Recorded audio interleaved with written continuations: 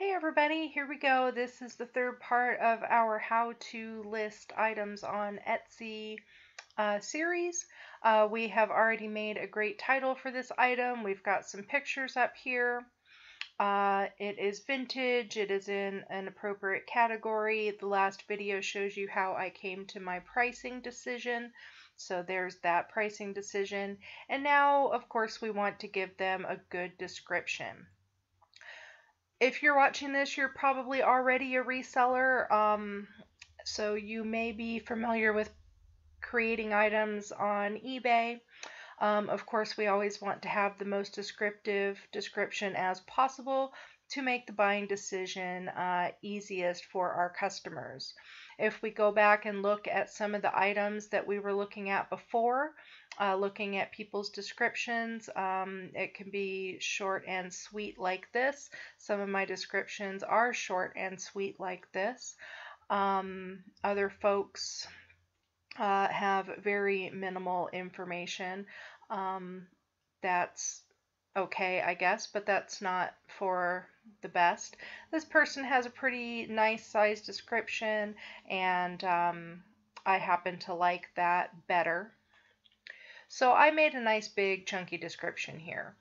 I explained what it is, of course, if for some reason you could not see the photos.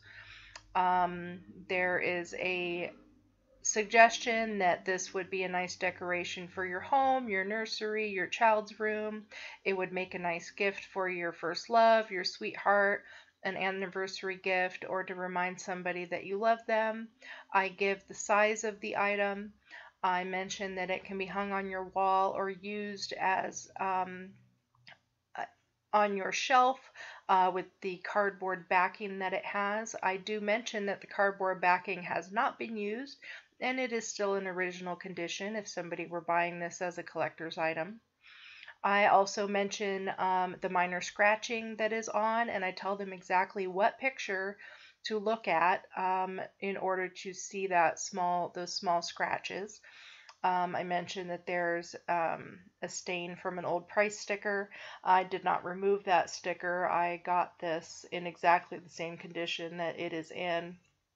Somebody else had removed that old price sticker at some point. But overall, this is a very nice piece and it's 36 years old.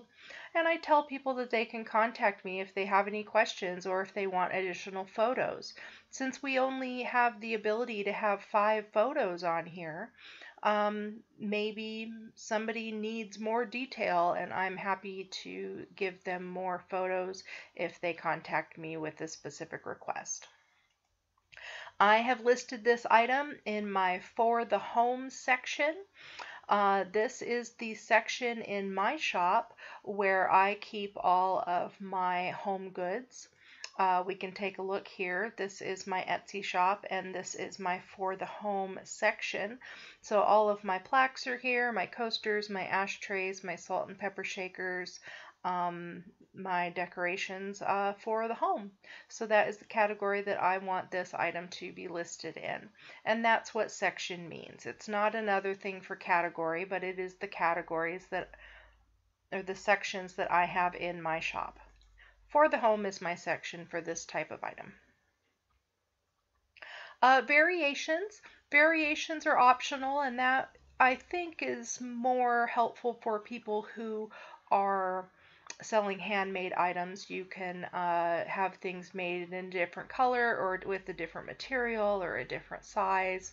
I imagine as a vintage seller, if you had multiples of some item and wanted to make a variation listing, for example, if you had 3 ashtrays, if you had a red one, a blue one, and a green one, and they were all exactly the same except for the color, you could make a variation listing so that your customer could choose if they want to buy the red one, the blue one, or the green one. But more than likely, I would have 3 separate listings for those ashtrays. But if you wanted, you could put them all on one listing and have the variation by color. I generally don't use variations. For shipping, I've gone ahead and added in the shipping weight and the shipping dimensions for when I ship this. This is required for Etsy with calculated shipping. Etsy has only started calculated shipping 1 week ago. I have not used this yet. For the most part, Etsy has always made you, the seller, put in a flat rate shipping cost, which is up to you to determine how much that's going to be. Now they are allowing calculated shipping with weight and shipping size. And of course, this needs to be the weight and size of the item plus packing materials to determine the package size. So it needs to be whatever you're selling in the box or the package that you're shipping it in. So this item's only 4.5 inches long, but I'm going to be sending it in a rigid envelope that measures approximately these dimensions. So I've added that in there. Shipping profiles, you can choose to create several shipping profiles for your account. I only have 2, and I'll show you what those are.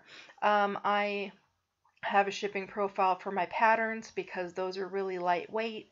I only charge $2 for shipping if I'm shipping a sewing pattern. Since I list a lot of sewing patterns, I wanted to create a shipping profile just for patterns. I have a few of my dad's items in my shop. He generally sells and ships large size items, so his shipping costs are going to be more because his items are going to be bigger and probably heavier. For the most part, most of his items ship within the $10 to $12 range. So I gave my dad his own shipping profile. I haven't created too many saved shipping profiles, but you certainly can create as many as you want. If you sell small items like the patterns, have a, shipping profile small. You could have shipping profile large, shipping profile medium. You could have an international shipping profile. I'm not going to use a profile in this case. I'm going to charge a flat $4 shipping for this item and $2 shipping if they want to purchase it with an additional item. My processing time is 1 to 2 business days. If I wanted to ship this internationally, I could choose everywhere else in the world and figure out a shipping rate for that. If I just wanted to do a specific country, I could choose a specific country. Right now, I am not experimenting with international shipping, so I am only shipping to the United States, so I'm going to go ahead and clear both of those out. And that is what we do for that. We're almost done. The last part here is going to be tags and materials, and I'm going to cover that in another video because tags are really important, and tags, I think, need a nice video of their own. So there we go, guys. We are 3/4 of the way done. Thank you for watching. I will come back later and we will finish our listing.